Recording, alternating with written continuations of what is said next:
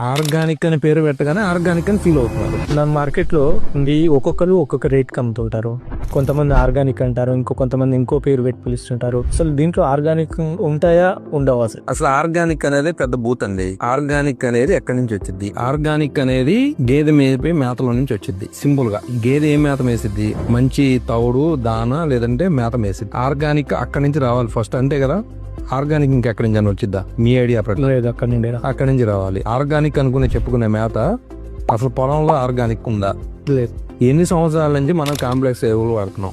1980 దగ్గర నుంచి 2025 వరకు 55 సంవత్సరాలు. 1980కి ముందు అయితే ఖచ్చితంగా ఆర్గానిక్ ఉంది.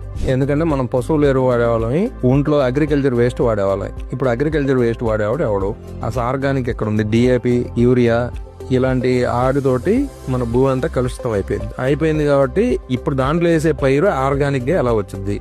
అది తినే ఆవు ఆర్గానిక్ గా ఎలా పాలిచ్చింది? దాంట్లోంచి తీసే నెయ్యి ఆర్గానిక్ ఎలా అయింది? ఇది సిస్టమ్ మారాలి.